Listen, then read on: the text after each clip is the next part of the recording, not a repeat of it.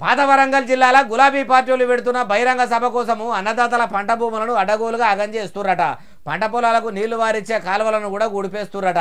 పొలాలకు నీళ్లు ఇచ్చేందుకు మిషన్ కాకతీయ పథకం పెట్టిన టీఆర్ఎస్ అలియస్ బీఆర్ఎస్ పార్టీలు అట్లెందుకు చేస్తారే బాలన్న అంటారా చూడుర్రి. Congress leader cum Wardhannapet MLA KR Nagaraj sir ఇట్లా ఫోన్లో మాట్లాడిండు. ఈ పర్మిషన్ దీనికి సభకు ఇచ్చారు, బట్ ఈ మొరం భయంకరంగా 1000 ట్రిప్పులు వస్తున్నాయి. ఎవరు ఇచ్చారు పర్మిషన్?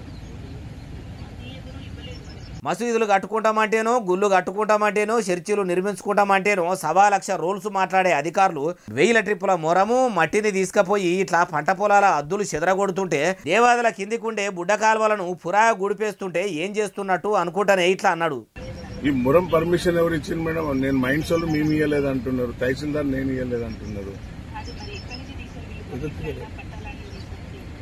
ప్లీజ్ ఒకసారి ఎంక్వైరీ చేసి చెప్పండి.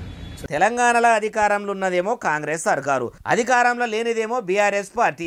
అధికార పార్టీ చెప్తున్నట్టు ఇంటున్నట్టు అధికారులు పనులు చేస్తున్నారు. మొత్తం కాంగ్రెస్ కార్యకర్తల లెక్కనే ప్రభుత్వ ఉద్యోగులు మారిపోయినరని కారు కూతలు కూసే కారు పార్టీలు హనుమకొండ జిల్లా ఎలకతుర్తిలా అంతగానం మొరం పోపిస్తుంటే, అన్ని కాలువలు గూడిపేస్తుంటే ఎంక్వైరీ చేయకుండా ఎందుకు ఊకుంటుర్రో, ఎందుకట్లా చేస్తుర్రో గులాబీ గుడిసెల ఉన్నోళ్ళే వాళ్ళ గుట్టు ఇప్పాలి అంటుర్రు ఈ ముచ్చటిన్నోళ్ళు.